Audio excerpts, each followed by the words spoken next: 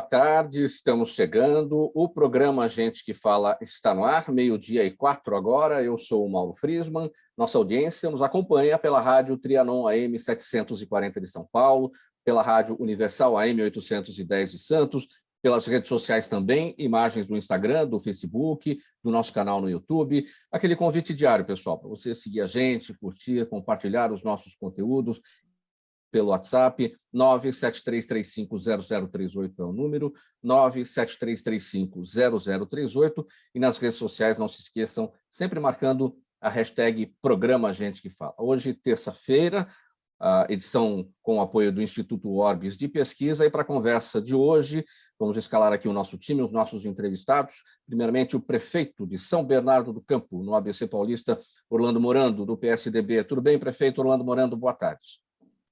Mauro, uma boa tarde para você, uma boa tarde ao Gilberto Salvador, a Ana Caline. Também cumprimento o advogado criminalista, o doutor Daniel Bialski, e principalmente todos que nos acompanham pela programação da Trianon. Muito obrigado pelo convite e oportunidade. Obrigado pela presença, prefeito Orlando Morando. Também com a gente o Gilberto Salvador, artista plástico. Tudo bem, Gilberto? Bem-vindo. Boa tarde. Tudo bem, muito obrigado pelo convite. Um abraço a todos que estão participando, Orlando, a Ana e o Daniel. Espero que esse papo a gente consiga definir algumas coisas construtivas. Sim, assim será. Essa é sempre a minha expectativa. Assim será. A sua expectativa será cumprida, Gilberto Salvador. Também para essa nossa conversa, a jornalista e apresentadora Ana Caline. Tudo bem, Ana? Bem-vinda. Oi, Mauro, é um prazer estar aqui com vocês, revendo grandes amigos, né? Você, prefeito Orlando Morando, que eu tive a oportunidade de conviver como deputado, né? Foi um excelente parlamentar e hoje é um excelente prefeito. O Gilberto, que está aí com uma exposição maravilhosa, que a gente vai falar sobre ela. Doutor Daniel também. Muito obrigada pelo convite. Obrigado pela presença, Ana Caline. E o doutor Daniel Bialski, advogado criminalista, mestre em processo penal. Ele é integrante do Instituto Brasileiro de Ciências Criminais, o IBCCRIM. Tudo bem, doutor Daniel? Bem-vindo. Boa tarde, Mauro. Agradeço o convite. É um prazer estar aqui com você, com teus espectadores. Aproveito também para cumprimentar a Ana, o Gilberto e ao prefeito Orlando, que é um exemplo de líder, um exemplo de político, e aquele político que todo mundo queria ver na sua cidade. Prazer estar aqui, estou à disposição também. Então vamos lá, 12:07 agora. O nosso primeiro tema é o seguinte: a inflação é um problema global, mas não é igual no mundo todo.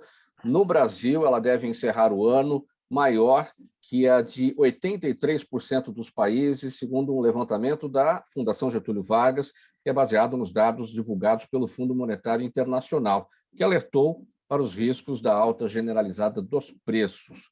O avanço da inflação ao longo de 24 semanas consecutivas faz com que empresários e políticos olhem para o ano que vem, para 2022, sem saber muito bem como prever os reajustes, especialmente no transporte público, amplamente afetado pela alta dos combustíveis e forte influência no humor dos eleitores. Prefeito Orlando Morando, eu começo esse tema com o senhor. É difícil até nesse momento, né, em que se pensa no orçamento do ano que vem para os municípios, né, como é que está sendo tratado isso aí na Prefeitura de São Bernardo do Campo, na ABC Paulista? Isso atrapalha a lei de diretrizes orçamentárias, que é aquela que estabelece as metas dos investimentos, não se sabe o que se vai arrecadar, quanto vai arrecadar, como vai arrecadar, tudo isso, né, prefeito?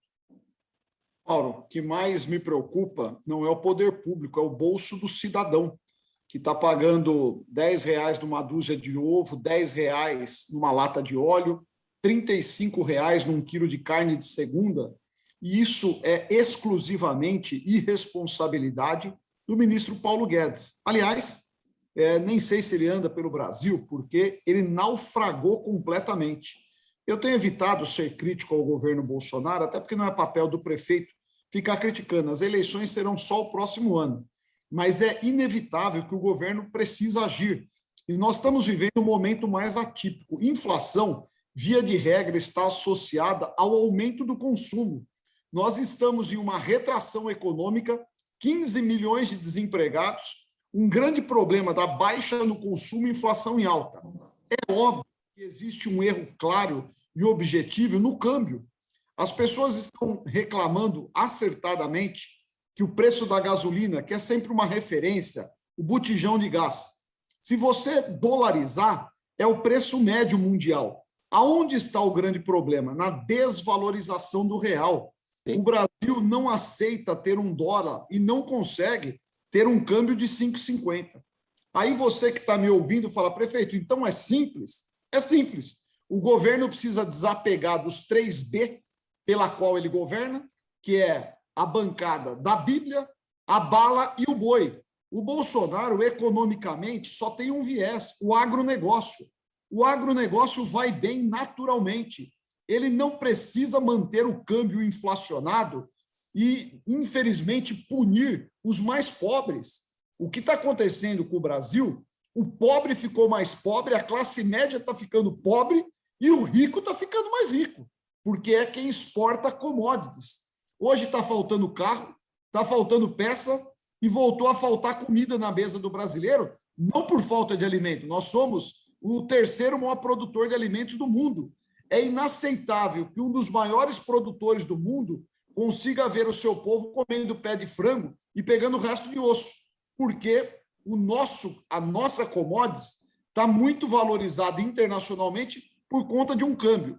Então, Mauro, essa inflação é uma inflação programada, plenamente possível, porque não tem consumo. Como é que tem alta de preços se não tem consumo? Porque o câmbio está equivocado. Cadê o Paulo Guedes? Você não vê a política cambial do Ministério da Fazenda, ele é omisso, ele é negligente. Aliás, é lamentável, o ministro da Fazenda viu membros da sua equipe serem demitidas pelo presidente sem ele saber. Pessoas de bom senso pediriam a conta, né? Infelizmente, o que demonstra é que o Paulo Guedes hoje é apegado ao cargo e não à economia brasileira. Agora, prefeito Orlando Morando, o senhor salientou bem a sua preocupação com o bolso das pessoas, o preço da carne, o preço do ovo, o preço do gás, o preço da gasolina, evidentemente, essa tem que ser a preocupação do homem público, mas em relação ao próprio município, as coisas precisam ser pensadas em termos de investimento, né? É porque é no município que as pessoas vivem e a prefeitura precisa estabelecer aí os seus planos. Quais são os desafios diante deste momento de inflação para pensar as contas do ano que vem, aquilo que precisa ser feito para quem mora em São Bernardo do Campo? Mauro, a prefeitura é uma grande residência, com a diferença que nessa residência moram 900 mil pessoas, estudam 82 mil crianças e, naturalmente, quando você tem a alta de preços acompanhada da alta da inflação, isso onera o cofre público diretamente. Eu também estou pagando mais caro no gás que eu uso nas escolas, eu também estou pagando mais caro na energia elétrica, a prefeitura está pagando mais caro todos os insumos, e o que é pior, nós, quando licitamos uma obra, não cabe realinhamento de preço. A empresa contratada, ela tem que entregar a obra pelo preço pela qual ela foi contratada. O que nós passamos a perceber?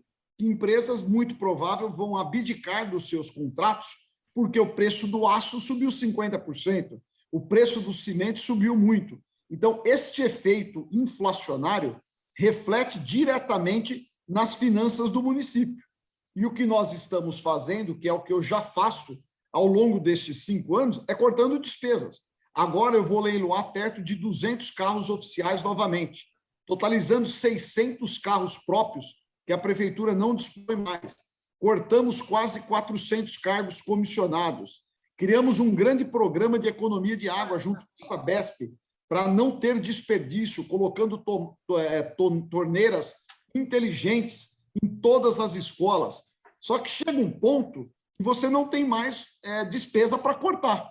E aí o que nós não queremos e não faremos é fechar equipamentos públicos. A situação dos municípios não é boa. E tem muito noticiário falando, mas a arrecadação aumentou. É verdade, ela aumentou porque o ICMS que é recolhido está maior porque o produto está mais caro. Então, é óbvio que o Estado está arrecadando mais ICMS da conta de energia elétrica. O preço da energia subiu. Só que, consequentemente, nós também vamos pagar mais caro pela energia elétrica e por todos os demais insumos que o município compra. Então, para fazer uma comparação bastante didática, aquilo que o contribuinte, o cidadão normal, está pagando mais caro, a prefeitura também está pagando mais caro. Se automaticamente o cidadão comum não teve elevação no teu salário, a prefeitura também não teve elevação na sua tributação e na sua arrecadação. Então, são problemas similares que, mais uma vez, quem enfrenta são os municípios. Ana Calini, o bolso está ruim o bolso de todo mundo está ruim, né? Como é que está o dia a dia da dona de casa, Ana Calini? Aquela que vai para o supermercado, aquela que tem que pagar a energia elétrica, o gás, a gasolina, enfim. Você sabe que eu aprendi isso na pandemia, né? Porque a gente tendo que se virar, de certa forma, eu fiz muita compra delivery, né? E por internet. E notei uma diferença de preços absurda do começo da pandemia até agora, né? Uma compra que eu fazia por R$400, hoje eu faço por 550, comprando as mesmas coisas, né? E ganhando a mesma coisa. Esse é o problema, né? A gasolina, muitas vezes hoje vale mais a pena você sair de carro com aplicativo. O Orlando colocou muito bem essa situação de que é o consumo, né? A gente não está tentando consumir, muita gente não está conseguindo. E há total irresponsabilidade do governo federal em relação a isso. O Orlando falou de que tem gente comendo pé de galinha, tem gente pegando comida no lixo, né? Eu vi uma fotografia ontem de pessoas, trabalhadores, que esperam o caminhão do lixo passar, né? Para as mulheres irem lá dar uma olhada para ver se sobra alguma coisa para elas darem para os filhos. Uma vergonha num país rico como o nosso, que tem, né, agrobusiness aí representando mais de 33% da economia brasileira. E aí? O futuro a Deus pertence. Eu já estou assim, né? Eu estou jogando para o universo mesmo. Queria estender esse tema aqui para os demais, para o Gilberto e para o doutor Daniel, mas a gente tem um compromisso aqui com o prefeito Orlando Morando, em razão do horário dele. Eu vou estender aqui para o segundo tema, depois eu volto para esse assunto com o Gilberto e com o doutor Daniel, tá bom? Em alinhamento com o governo do Estado, a Prefeitura de São Bernardo do Campo tornou obrigatória, desde ontem, o retorno de todos os estudantes ao ensino presencial. Já no sábado, a cidade viveu o dia V para a vacinação, para a imunização, né, contra a Covid-19 e também para a aplicação de doses de rotina. E assim, São Bernardo do Campo completa o ciclo de enfrentamento à pandemia e caminha rumo a uma retomada sólida, com geração de empregos, com impactos positivos em todos os elos de sua cadeia econômica. Expectativa, prefeito Orlando Morando, para daqui para frente, é assim que a gente tem que dizer, né? O daqui para frente, como será? Olha, a expectativa é positiva sobre o aspecto da pandemia. Nós já vacinamos todos os adolescentes acima de 12 anos, já temos quase 80% da população adulta com as 2 doses, estamos aplicando a dose de reforço, o que está comprovado na ocupação. Hoje eu tenho 13% dos nossos leitos destinados ao Covid ocupados por vítimas do coronavírus. Já chegamos a quase 100%.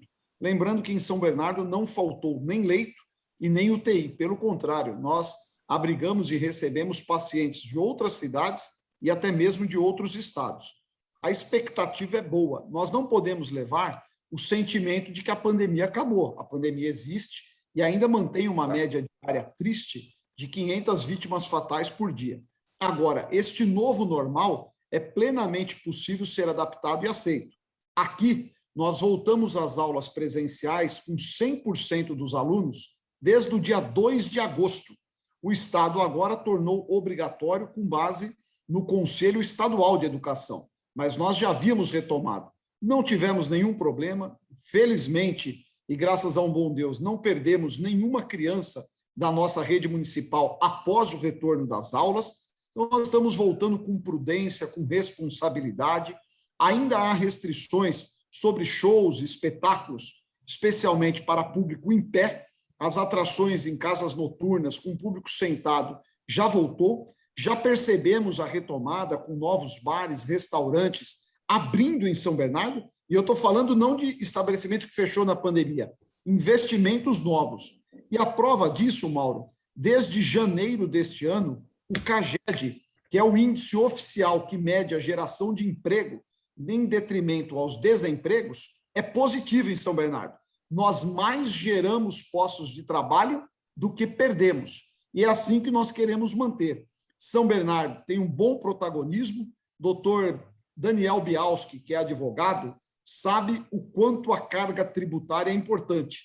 Eu não aumentei nenhum imposto nesses 4 anos e 10 meses e, olha, não vou aumentar nos próximos 3 anos. Nem IPTU, nem ISS e nem taxa. Pelo contrário, diferente de outras cidades que aumentou o IPTU, aqui, aqueles que estão e geram novos empregos e aqueles que querem vir para o município têm desconto no IPTU se gerar novos empregos. A partir de 50 novos empregos, presta atenção, não é feirão não, viu? É lei. Tem desconto no IPTU para quem gera emprego em São Bernardo. Então, é a nossa política para continuar incentivando, atraindo novas empresas e novos investimentos. E está indo muito bem. Para se ter uma ideia, neste momento, nós temos mais de 1 milhão de metros quadrados em galpões industriais e logísticos sendo construído na cidade de São Bernardo. E é neste bom protagonismo que a cidade sempre teve, a cidade do automóvel, a cidade da indústria automobilística, precisa manter. Esta cidade é conhecida nacionalmente, não é porque faz automóvel, é porque faz os melhores automóveis, porque tem os melhores profissionais e os melhores trabalhadores do Brasil. É assim que nós queremos manter. Para a gente finalizar, prefeito Morando, que eu preciso liberá-lo, né, para o seu compromisso, entregas da prefeitura, o senhor conseguiu salvar entregas da prefeitura que estavam previstas e, de repente, ficaram comprometidas em razão da pandemia e teve todo um rearranjo para salvar essas situações? Não? Mauro, com todo respeito, o prefeito que não entregou a obra por causa da pandemia é incompetente. Eu não atrasei nenhuma obra por conta da pandemia, até porque obra pública não precisou e nem obra privada ser paralisada. O setor da construção civil não foi impactado pela pandemia sobre o aspecto da atividade econômica. No ano de 2020, nós entregamos todas as obras que estavam programadas na minha gestão, inclusive todas as obras que eu herdei da gestão do PT, do Luiz Marinho, abandonada. Obras como o Piscinão do Passo, os viadutos, programas habitacionais, 100% entregue. Aqui nós criamos uma máxima que obra tem prazo para começar e terminar. O prefeito, o político brasileiro, tem mania de pôr a obra pública no gerúndio. Você pergunta para ele, fala, e aí, como que está a obra? Ele fala, estamos fazendo. Não, não. Aqui nós estamos entregando. E é neste mesmo ritmo e a população de São Bernardo comprova. Não adianta dar entrevista e quem está nos ouvindo falar, nossa, quanta mentira. Isso não dá certo. Nós vimos que teve um candidato a presidente que ele falava tanto do estado dele, quando abriu as urnas ele perdeu em Minas Gerais. Ganhou no resto do Brasil e perdeu em Minas. Porque o que ele falava do seu estado não era verdade. Então, quando eu falo que aqui nós começamos obras e entregamos no prazo, e não é só obra física, aqui o uniforme tem data para chegar para as crianças, a qualidade da merenda, o aumento que nós demos para os nossos GCMs, o protagonismo das praças parques, das arenas parques, é visível. Então, nós criamos uma regra nova. Tem que ter prazo para entregar, porque o cidadão, quando paga o imposto, ele tem prazo para pagar. A prefeitura tem que se impor prazo também para entregar. É assim que nós estamos gerenciando a cidade de São Bernardo do Campo. Muito bem, prefeito de São Bernardo do Campo, Orlando Morando, do PSDB. A gente avançou uns minutos a mais aí no nosso combinado, mas eu vou liberá-lo por conta do seu compromisso. O agradecimento, em nome de toda a equipe do programa Gente que Fala, pela sua presença por aqui e os seus esclarecimentos. Olha, eu que agradeço e espero ter um novo convite. Eu não sabia que eu estaria aqui ladeado por celebridades e figuras tão ilustres, seja do mundo artístico, jurídico e da comunicação como vocês. Então, um grande prazer poder estar aqui no Gente que Fala. E assim que for convidado novamente, prometo de ter um espaço aí de tudo que for necessário para vocês, para poder colaborar. Mais uma vez, uma ótima tarde, muito obrigado, que Deus proteja todos nós. Um grande abraço. Amém. Obrigado pela presença, prefeito Orlando Morando, de São Bernardo do Campo, do PSDB. O agradecimento em nome de toda a equipe do programa Gente que Fala. A gente segue aqui. Pessoal, Gilberto e doutor Daniel, a gente vai voltar àquele primeiro tema sobre a alta da inflação. Gilberto, como é que está o dia a dia aí com a inflação no bolso? Olha, a questão da inflação eu vejo de uma forma muito característica. Quer dizer, se você tem uma falta de política econômica objetiva, automaticamente o fruto vai ser esse. Então, infelizmente, eu acho que o nosso amigo Orlando acabou de falar uma coisa certa, né? Essa questão de nós não ter, nós estamos numa embarcação sem gente no timão, tocando a direção do barco, né? E que, no caso, é o nosso ministro da Economia. E não é só o ministro da Economia, quer dizer, o governo em si não tem um propósito construtivo. A ideia que a imagem que eu tenho é que nós estamos vivendo um momento onde o processo construtivo, seja ele em que for, não é beneficiado, né? Muito pelo contrário, tem até política de destruição de meio ambiente, de destruição de tribos indígenas, etc. e tal. Um governo que não tem uma visão nacionalista e somente patriótica, né, vai ter essa vertente. E na economia, principalmente, porque a economia é onde você mais vai rebater a questão do colonialismo do país com relação a outras economias. Então, é onde eu coloco que eu acho que o governo atual ele é muito patriota. Eu concordo, eles realmente são patriotas. Agora, não são nacionalistas. E o nacionalismo rebate um outro grau de interesse que, no caso da nossa economia, está aí. Estamos ficando cada vez mais dependentes. O dólar chegando ao que chegou, o euro ao que chegou. Por conta disso, é um problema conceitual que, infelizmente, a cabeça do governo não entende isso. Ele está muito longe. Doutor Daniel Bialski, vamos também para a sua avaliação aqui, seu olhar sobre a inflação em alta, aumentando as incertezas, né, para o ano que vem. Antes eu queria, mesmo Orlando não estando aqui, elogiar a conduta dele enquanto líder, enquanto prefeito, essa inovação dele em conceder desconto para quem gerar emprego. Eu acho que tem que ser um exemplo não só para São Paulo, mas para o Brasil. Acho que tem muita gente desempregada por conta da economia e por conta do que o brasileiro está vivendo, e eu não perco a esperança, independentemente de todos os problemas que estão atravessando, toda a pandemia, o impacto negativo que causou nas empresas, nos empresários, nos trabalhadores. Eu não perco a esperança que o governo federal faça alguma coisa para mudar isso, que o governo estadual também faça, e que o governo municipal, seja de São Bernardo, seja de São Paulo, o prefeito de São Paulo também tem trabalhado diuturnamente para gerar emprego, para que a população se sinta um pouco mais abraçada, com mais possibilidades. E, mesmo não sendo um especialista, eu deixo isso aos economistas, a minha visão é que o momento não é realmente um momento muito agradável, o dólar está alto, a gasolina está muito cara, mas espero que os nossos políticos parem de fazer tanta política e pensem muito mais na população. Acho que isso já seria um ótimo começo. 12h28 agora, programa Gente que Fala, edição de terça-feira, com o apoio do Instituto Orbis de Pesquisa. A gente vai para um intervalo, aqui para o espaço do nosso apoiador, e a gente volta em seguida com a sequência aqui dos nossos temas. Até já. Toda ação estratégica de sucesso tem um componente fundamental: um instituto de pesquisas ético, rápido e preciso. Afinal, é ele que vai fornecer informação confiável, sem achismos ou palpites. E isso, numa época de mudanças rápidas e repentinas, é fator crítico de sucesso. A Orbis é um instituto de pesquisas que une precisão e confiabilidade estatística com a mais alta tecnologia em pesquisas do mercado.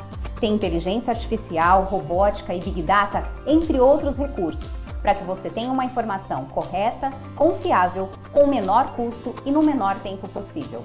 Na sua próxima ação, seja ela corporativa ou política, comece pela Orbis, porque com a informação correta, você vai mais longe, mais rápido e com mais segurança.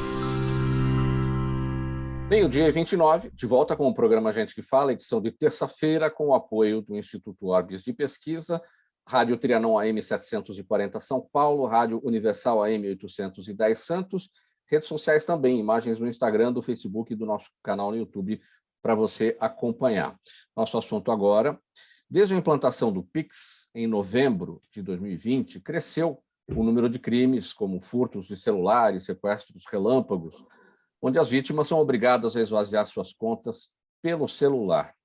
Após muita pressão da sociedade, o Banco Central reconheceu a insegurança e estabeleceu o limite de R$ 1.000 para transferências noturnas, o que ainda é questionado pelo Procon, que cobra ações mais efetivas da entidade. Só que os roubos, os furtos, são apenas uma ponta do efeito Pix sobre a criminalidade. O que mais tem chamado a atenção da polícia é a facilidade da contratação de empréstimos ilegais online, feito pelos chamados agiotas Pix. Doutor Daniel Bialski, como é que a polícia está trabalhando em cima de tudo isso? Como é que o direito tem olhado mais esse problema agora, o que vem, né, de tecnologia para facilitar a vida da gente, mas a bandidagem se apropria? Eu sou um pouco mais radical, Mauro. Eu acho que o Brasil não está preparado para ter um sistema tão virtual e tão rápido como o Pix. Eu, se fosse o Banco Central, eu cancelaria esse sistema, porque, de fato, nem a polícia, nem a justiça conseguem agir de forma efetiva. Além de todos os problemas pelos empréstimos, porque as pessoas, por conta da economia, estão precisando de mais dinheiro e acabam fazendo empréstimos com empresas que não são oficiais, não é uma instituição bancária, não é uma empresa que ela tem autorização do Banco Central para ela poder agir e, a partir daí, ter certos critérios e obedecer certas normas, e cobram juros extorsivos. Além disso, de você estar submetido a agiotas virtuais, você corre um grande perigo por conta, como você muito bem disse, desses outros crimes. Eu tive a notícia, através de um amigo delegado de polícia, que essa limitação de R$ 1.000 não tem obstado a ação dos criminosos, porque muitas pessoas estão sendo sequestradas durante a madrugada, a pessoa saca lá os R$ 1.000 e os criminosos ficam em poder da vítima até o amanhecer, para, a partir daí, não tendo mais a limitação, que eles possam sacar o resto do dinheiro. E o pior de tudo isso, que esse Pix ele é rápido, sem dúvida, você transfere o dinheiro de uma conta para outra de forma instantânea, mas, a partir daí, aonde o dinheiro vai, o caminho do dinheiro, ele é tão rápido que, ainda que a polícia seja acionada no momento seguinte e que a justiça também atue em poucos minutos ou até em poucas horas, esse dinheiro já desapareceu, a vítima é lesada, os criminosos e toda essa organização criminosa acaba aplicando estes golpes, esses crimes que são de extorsão, que são de roubo, que são crimes até violentos, de forma impune, porque você não consegue achar quem são essas pessoas. O grande problema do crime virtual é que ele não tem cara, ele não tem rosto, você não encontra essa pessoa. Isso já não acontecia, doutor Daniel, antes da criação do Pix, com a TED, porque o objetivo da TED é o mesmo, é aquele dinheiro ali transferido rapidamente, não tão instantaneamente, mas ele era transferido no mesmo dia, em questão de minutos, às vezes. Isso já não acontecia antes? Não acontecia porque, antigamente, com esse sistema da TED, o próprio sistema implementado pelo Banco Central e respeitado pelas instituições bancárias tinha uma tramitação um pouquinho burocrática que daria tempo e dava tempo de você bloquear eventual TED feita através de um meio fraudulento, através de um crime, e, a partir disso, que eles nominavam de bloqueio administrativo, a vítima, o patrimônio da vítima, o dinheiro estava salvaguardado. O que antigamente acontecia com o cheque, que demorava compensação e você podia cancelar o negócio, a TED também da mesma forma, até um depósito você consegue fazer isso. Com o Pix você não consegue, porque o Pix, como eu disse, ele é tão rápido que os criminosos hoje utilizam isso realmente como uma porta de impunidade para a criminalidade. Você falou no início da sua avaliação que o Brasil não está preparado para a TED. Então, mas quando o Brasil estaria preparado para a TED? A gente gosta de olhar sempre a coisa pelo lado, pela metade cheia do copo, né? Para ser otimista. Mas, pelo jeito, nesse caso, a gente vai ter que olhar pela parte vazia do copo, porque o Brasil nunca estará preparado pelo andar da carruagem. Infelizmente, ao invés de alguns brasileiros pensarem como construir ações positivas, tem muita gente que pensa do lado negativo, e eu estou dizendo os criminosos. Eles utilizaram o Pix e usam o Pix para chantagem, extorsão, agiotagem, sequestro. E o grande problema é que não existe esse mecanismo de controle.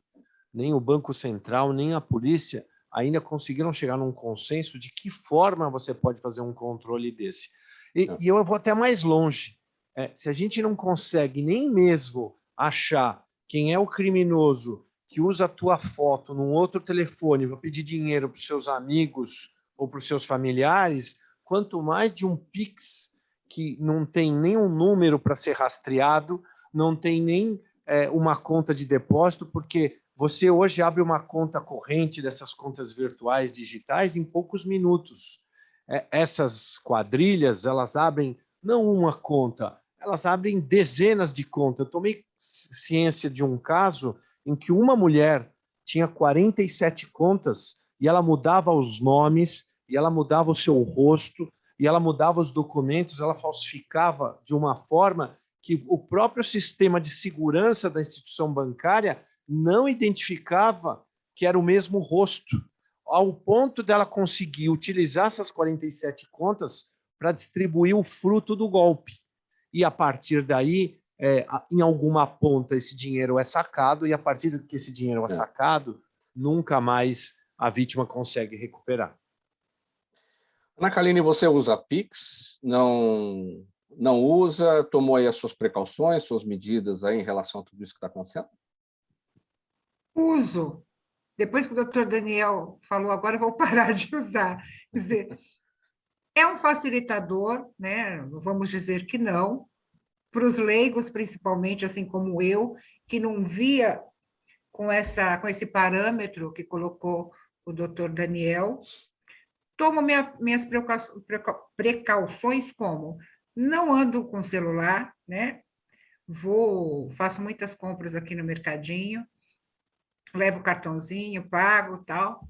Evito sair com o celular, porque aqui na minha rua tem muito roubo de celular, e é muito fácil a pessoa entrar na sua conta e fazer um Pix, né? Então, eu acho que são esses tipos de cuidados, né? Mas eu uso, sim, com frequência, né? Até para transferência de dinheiro para filho. Mãe, precisa de dinheiro para almoçar. Estou te mandando um Pix. Já virou isso. Usei muito o TED, como disse o doutor Daniel. Acho que é mais seguro, concordo, né? Principalmente por essa questão do rastrear e também do cancelamento. Já fui vítima também de bandidos no WhatsApp pedindo dinheiro em meu nome, e a criatividade cada vez é maior, né? Impressionante isso. Mas pretendo tomar mais cuidados ainda com relação ao uso desse novo mecanismo aí de depósito e transferência.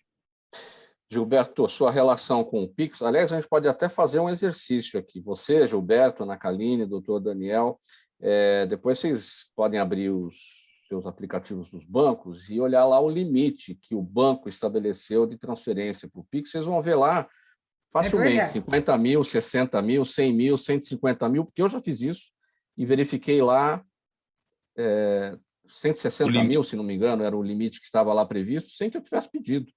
E aí você tem que estabelecer lá o seu, porque é lamentável. Fala, Gilberto. Não, eu acho que a primeira análise que o doutor Daniel faz é muito correta, quer dizer, é um equipamento que, no bom senso, seria melhor não tê-lo, né? Seria até legal suspender, em função de toda essa operacionalidade criminal. Porém, às vezes eu fico pensando que eu não acho que o sistema financeiro todo está se preparando para um mecanismo muito específico de como atender o público e de como ter um custo cada vez menor na sua operacionalidade, o que é diminuir o número de funcionários e continuar mantendo o mesmo volume de negócios, o que daria um lucro muito maior. Eu acho que as instituições financeiras elas são muito ágeis em como potencializar o uso do capital e de que forma potencializar isso também com mecanismos que lhe deem custos menores de logística para isso tudo. Então, acho que o PIX está dentro desse contexto e não é um ensaio, no meu entender, é um ensaio maior, até para a iluminação do papel moeda. Eu acho que o papel moeda, nos próximos 100 anos, talvez não vá mais existir. E eu acho que o PIX é um dos exercícios feito pelo sistema. Mauro, só se eu pudesse, meio-dia e... Fala, doutor. Só complementar uma coisa, além dessa modalidade do PIX ser muito complicada, os criminosos eles chegaram ao ponto de conseguir estabelecer um sistema que você recebe um telefonema achando que você está falando com o teu banco, porque sai o nome e o número do teu banco, e, na verdade, isso é uma fraude. É um número clonado que, se você tem no teu celular escrito banco, por exemplo, vou dar um exemplo, Banco Safra, vai sair lá Banco Safra, e alguém vai dizer que é do Banco Safra, que você tem a conta do Banco Safra, você vai achar que você está falando com o teu gerente, e, a partir daí, eles também praticam golpes dessa maneira. Então, precisa muita coisa melhorar. Eu não tenho Pix, eu não tenho nem aplicativo no banco no meu celular para não correr o risco. Podem até achar que eu sou pessimista, mas não. Eu acho que toda cautela, como muito bem disse a Ana, toda cautela tem que ser tomada e tem que ser criado um sistema de pagamento que tenha uma devolução através de senha ou através de identificação visual para que você possa dar continuidade. Muito bem, faltando 18 minutos para 1 agora, eu vou colocar aqui na nossa conversa mais um Daniel, viu, doutor Daniel Bialski, e advogado também, da área do direito, operador do direito. Daniel Matos, economista, perito judicial, advogado, especialista em direito tributário. Tudo bem, Daniel? Bem-vindo mais uma vez. Tudo, boa tarde, Mauro, boa tarde, colegas. Hoje é o dia dos Daniéis, hein? Para falar sobre a inflação no Brasil, a mais alta do mundo, Daniel, em comparação a outros países? Pois é, a gente está desalinhado em relação ao mundo em termos de inflação. Nós temos hoje algo em torno de 83%, 87% de inflação acima da média mundial. Isso porque o Brasil carrega consigo algumas questões muito peculiares, como o custo Brasil, a ausência da reforma administrativa e, infelizmente, aquele desalinhamento que nós tivemos entre a parte institucional, presidente, STF, isso agravou a percepção do estrangeiro quanto ao risco de se investir no país e, logo, internamente, a gente sofre o efeito da inflação. Um outro tema, Daniel, os Estados Unidos prevêem fazer o primeiro ETF de Bitcoin. Os ETFs são aqueles fundos de investimentos negociados em bolsa, e começou a ser feito aqui no Brasil em abril. Isso já vai ser realidade por lá? Isso, aqui no Brasil, o que acontece? A CVM ela ainda não possui uma norma específica permitindo o ETF. O que acontece é que aqui no Brasil existe uma decisão que você utiliza ela como base para a inserção do Bitcoin ou dos criptoativos como ETF. Nos Estados Unidos, diferentemente, lá existe uma norma, uma regulamentação específica e que vai permitir hoje o ingresso. Então, para o mercado de criptoativos, é uma vitória muito grande, dado o histórico dos Estados Unidos, com a briga com as empresas, com as exchanges e outras moedas virtuais, em que até hoje os Estados Unidos não permitiam ingresso. Então, isso para o mercado é muito positivo em termos de aceitação como investimento alternativo que seja. E um último tema, Daniel, o relator da reforma do imposto de renda, o deputado Ângelo Coronel, do PSD da Bahia, ele disse que deve descartar a tributação sobre os dividendos. A Câmara dos Deputados tinha aprovado na taxação dos lucros de dividendos em 15%, algo que não acontecia desde 1995. E o relator fala em descartar? Isso, é. O que, na minha percepção, é muito positivo você retirar essa tributação sobre os dividendos, porque no agregado ela não vai se revelar uma fonte interessante de receita. O que, infelizmente, vai impactar vai ser o mercado financeiro, de uma forma geral, e a forma da estruturação das empresas, né? Vai afetar muito a estruturação societária das empresas, o dinheiro vai passar a ficar mais na empresa do que com o próprio sócio. Então, você teria essas alterações na sociedade. Então, para você não gerar esse desestímulo aos mercados, especialmente agora pós-pandemia, em que as empresas necessitam captar recursos, essa tributação ela viria em má hora. Então, por essa razão, eu acredito que se isso for confirmado, vai ser muito positivo para a economia e o mercado. Legal, Daniel Matos. Obrigado pelas suas análises, mais uma vez com a gente aqui no programa Gente que Fala. Até a semana que vem. Obrigado, Mauro. Até semana que vem. Boa tarde aos colegas. Até. Esse foi Daniel Matos, advogado, especialista em direito tributário, perito judicial, economista também, sempre fazendo análise dos assuntos da economia aqui no programa Gente que Fala. Faltando 15 minutos para uma, Gilberto Salvador, é o seguinte: após 3 anos sem expor aqui em São Paulo, o pintor, desenhista, gravador, arquiteto e professor Gilberto Salvador, artista plástico, claro, retorna com a mostra Memórias Resistentes, que oferece um retrato da grande transformação que a década de 1960 provocou no cenário artístico brasileiro. A exposição reúne diferentes técnicas de serigrafia, colagens e uma escultura. O que você pode contar para a gente, Gilberto, sobre esse trabalho? Bom, essa exposição, Memórias Resistentes, me foi sugerida pelo professor Fábio Magalhães, que foi diretor do MASP e que é um grande curador, né? Quando eu tinha 21, 22 anos, eu estava exatamente convivendo no período em que o golpe militar estava se estratificando no país, né? E o único meio que a gente tinha de se comunicar ou de manifestar naquele momento, como artista, era através da nossa linguagem, como artista, né? Sim. E então o meu trabalho daquela época ele tem uma vertente um pouco politizada, né? Fala da influência dos Estados Unidos na política brasileira, a característica da ditadura com o seu autoritarismo. Então, as obras elas têm imagens exatamente desse momento. Algumas dessas obras foram destruídas pelo Exército num determinado momento, né? Outras um tempo foram se perdendo em acidentes que houveram, de enchentes e tal. Eu consegui recuperar muita coisa e guardei isso. Ficou guardado durante muito tempo. E elas sempre foram expostas em salões oficiais e bienais e etc. e tal, mas nunca numa galeria. A galeria aí ganha um outro aspecto, que é o aspecto também comercial disso que está sendo mostrado. Então, essa mostra ela é um pouco um resgate daquilo que eu fazia naquele momento.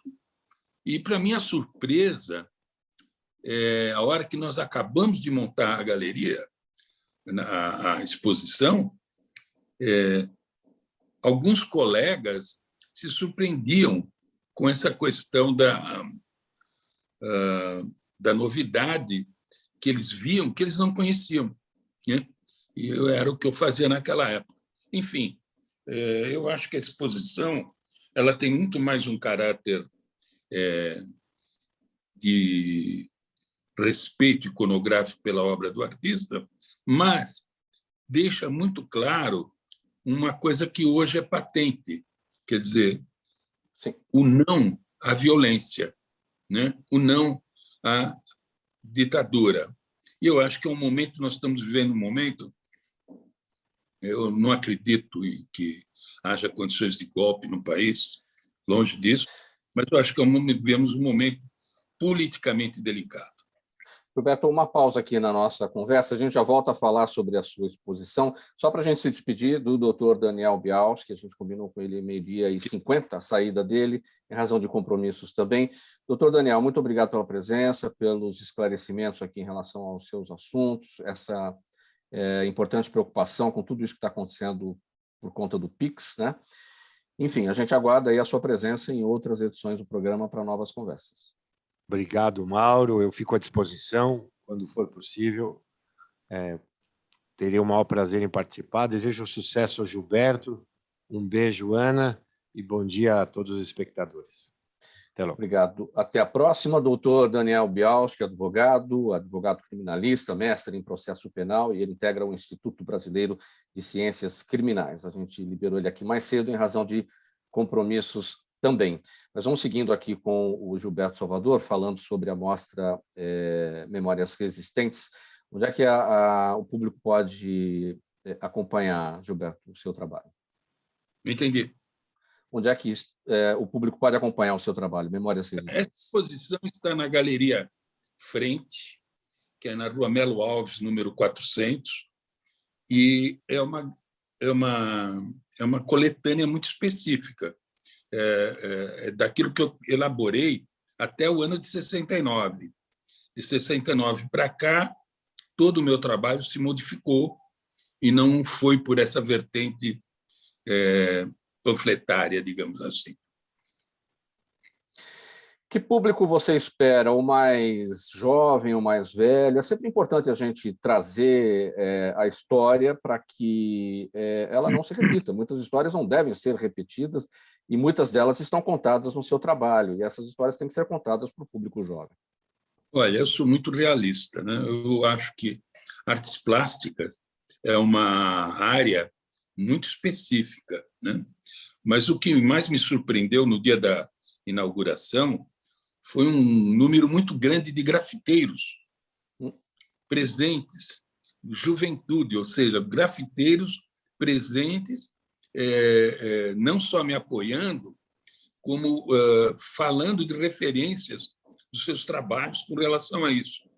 Eu imagino que eu não acredito, a arte plástica não é como música, o cinema, que pega milhares de pessoas. É uma coisa muito específica.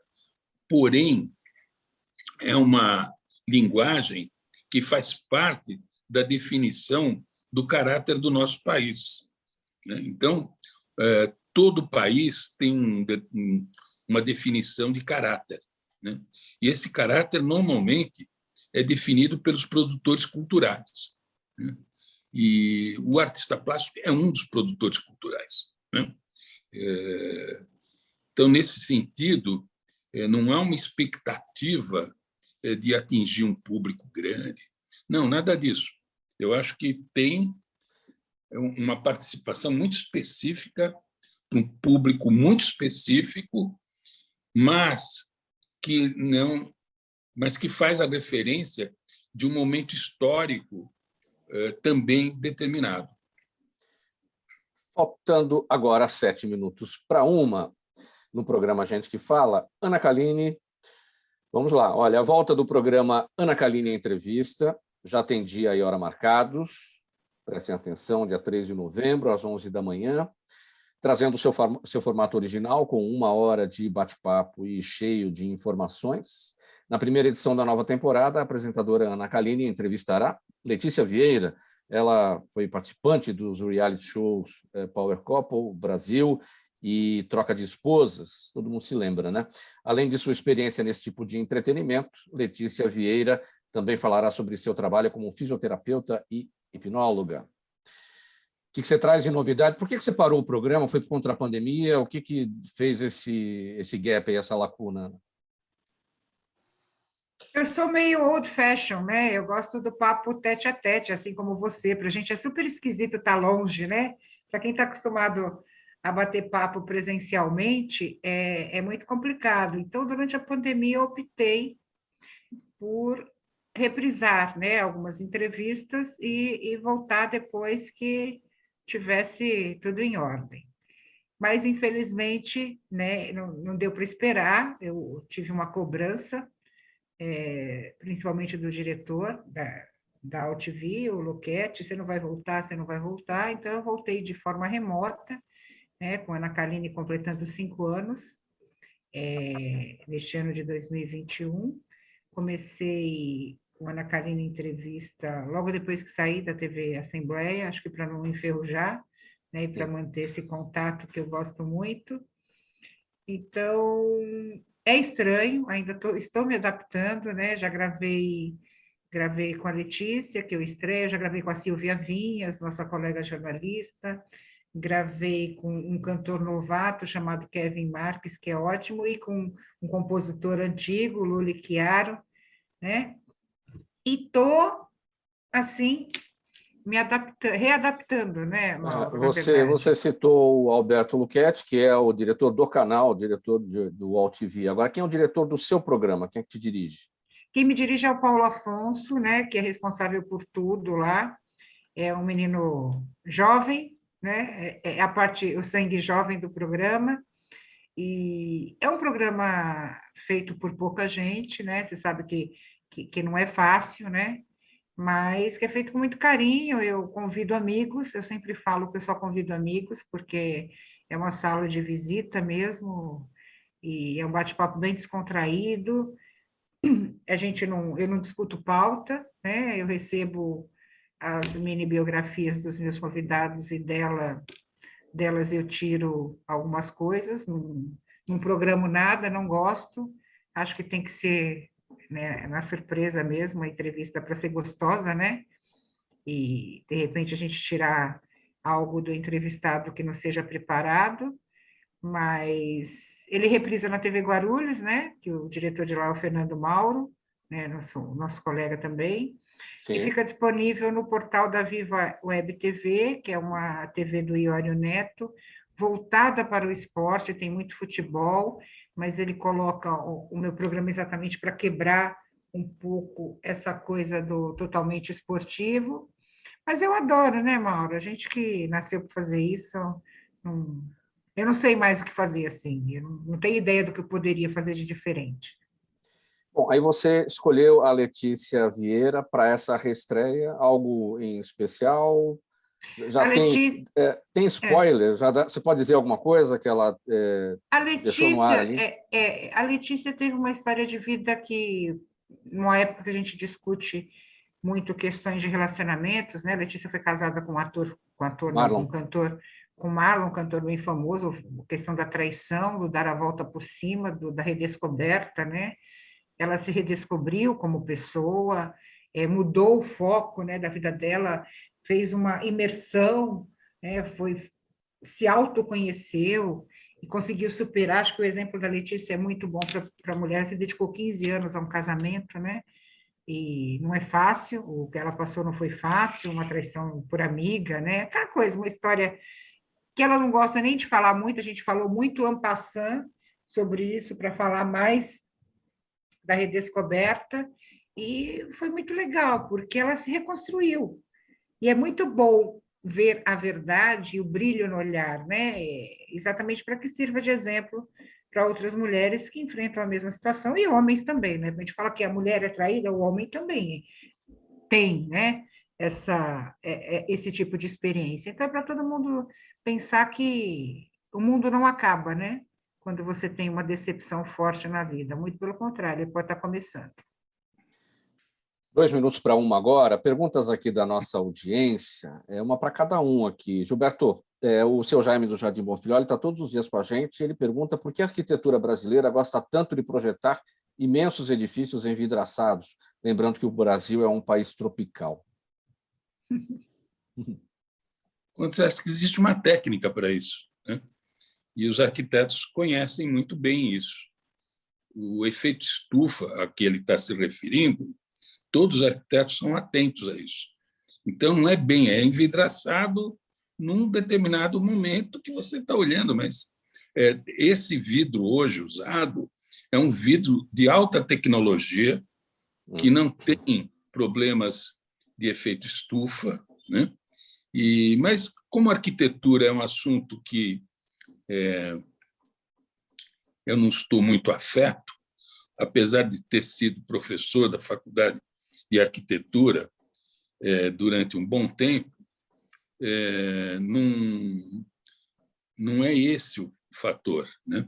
O fator é que o projeto, essa discussão é uma discussão mais complexa, que exige explicações do ponto de vista de orientação, de solstício, e uma série de outras coisas. Ana Kaline, a Valéria Cabrini, nossa audiência no Facebook, faz uma pergunta aqui que dá pano para manga, dá um programa inteiro. Qual é a sua avaliação sobre a não obrigatoriedade do diploma de jornalista? Nossa, que ótima pergunta. Não, deve ser nossa colega. Acho o seguinte, sou totalmente a favor da obrigatoriedade do diploma. Não por reserva de mercado. Mas assim, eu falo o seguinte, por quê? Porque nos dá responsabilidade, né? Eu acho que o jornalista tem uma prerrogativa muito grande, que é de passar informação. Você não tem obrigatoriedade do diploma, você passa qualquer tipo de informação, porque ninguém vai te cobrar, né? Ninguém vai brigar com você, não tem como questionar, né? Você não tem mais vamos dizer assim, uma representatividade, uma coisa de responsabilidade. Fiquei muito brava com isso, acho que o jornalista tem que ser reconhecido, porque a gente se dedica muito, não são só 4 anos de faculdade, você sabe disso, a gente tem que ter uma experiência. Hoje todo mundo é apresentador, todo mundo é repórter, todo mundo é comunicador, sem ter qualquer tipo de formação e informação, que é essencial. As pessoas não leem. Hoje todo mundo quer aparecer na televisão para ficar famoso e ser digital influencer ou whatever, né? Qualquer denominação. Acho que isso tem que ser revisto. Nós que somos mais antigos, né? Digo você, o próprio Gilberto deve acompanhar isso. Infelizmente, as pessoas não têm responsabilidade na informação, né? Ficou Deus dará aí, sem qualquer tipo de critério e principalmente de qualidade. Pessoal, vamos encerrar? Ana Kaline, 10 segundos para a sua despedida. Ai, gente, adorei, estava morrendo de saudade de você, nós somos amigos aí de alguns anos, prazer conhecer o Gilberto, já dei uma lida aí no currículo, já fui olhar no Google, né, o trabalho dele, adoro arte, né, aquilo que eu te falei, que eu sempre falo, todo jornalista tem um pouco de artista e adora, né, essas manifestações de ideias, e na atual conjuntura, o que ele está tentando passar com a arte dele é excepcional para uma reflexão, principalmente nesse momento que a gente vive. Adorei rever o Orlando, que eu tive a oportunidade de ver menino, né, no primeiro mandato como deputado estadual. Obrigada, viu, Mauro? Um beijo, estou à disposição sempre que me convidarem. A parceria com a Ana Kaline é longa, nós trabalhamos juntos em diversas ocasiões, na TV Gazeta, na TV Cultura, na TV Assembleia, fora outros trabalhos à parte, campanhas eleitorais, enfim, então é uma parceria de longa data. Obrigado pela presença, muito bom tê-la aqui. Gilberto, a sua despedida. Mauro, obrigado pelo convite, foi um prazer participar com os nossos colegas, com o Orlando, com o Daniel, com a Kaline, sobre questões aí levantadas, e espero que cada vez mais a gente possa divulgar mais a produção cultural do nosso país, de vários artistas, e que eu acho que é um momento importante que isso aconteça. Muito obrigado. Termina aqui essa edição de terça-feira do programa Gente que Fala, com apoio do Instituto Orbis de Pesquisa. O agradecimento a todos pela presença. Prefeito de São Bernardo do Campo, do PSDB, Orlando Morando, o artista plástico Gilberto Salvador, Ana Kaline, jornalista e apresentadora, e o advogado criminalista Daniel Bialski. Na mesa de som com a gente hoje, o Fabiano Souza. O Sérgio Souza é o nosso gerente técnico da Rádio Trianon, apresentação minha, Mauro Friesman, na pauta e redação Pedro Schiavon, Zenilda Salvato, nossa diretora de produção, jornalista Fausto Camunha, nosso diretor-geral, você ouvinte, você espectador, a razão da nossa presença aqui todos os dias, chegando na programação da Trianon agora o Dermeval Pereira, programa Sociedade em Foco, até as 2h, a partir das 2h o André Lúcio Nicole com o André e você. Antes disso, a repórter Débora Mendonça chega ao vivo com as informações do trânsito aqui na capital paulista. 1h05, obrigado pela audiência, gente, tchau, até amanhã.